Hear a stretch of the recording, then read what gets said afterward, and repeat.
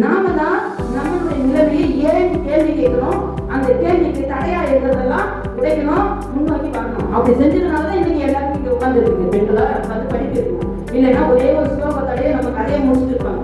அடுப்பூது பெண்ணுக்கு படிப்பு இருக்குது, அங்கே போச்சு நம்மளுடைய கதையெல்லாம். அந்த கேள்வியில அங்க இருந்து கேட்ட கேள்வி என்னன்னா, இன்னைக்கு பெண்களாலேயே கல்வி நிறுவனங்கள் நிறைவு போயிருக்கு.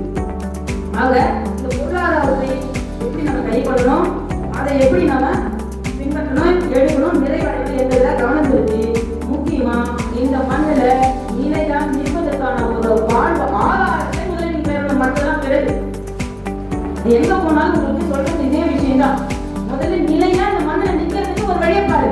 காம்படிட்டிவ் எக்ஸாம் எதோ போட்டி தேர்வுகளா ஏதோ கவனம் செலுத்துங்க.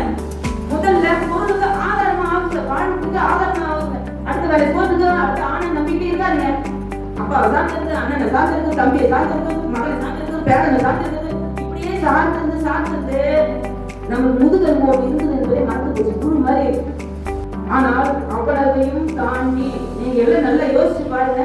அவங்க கொடுத்த தடைகள் என்பது கொஞ்சம் கிடையாது, அவ்வளவும் உடைச்சிட்டு தான் வந்துருக்கோம். உதாரணத்துக்கு பாத்தீங்கன்னா, ஒரு ஆணுடைய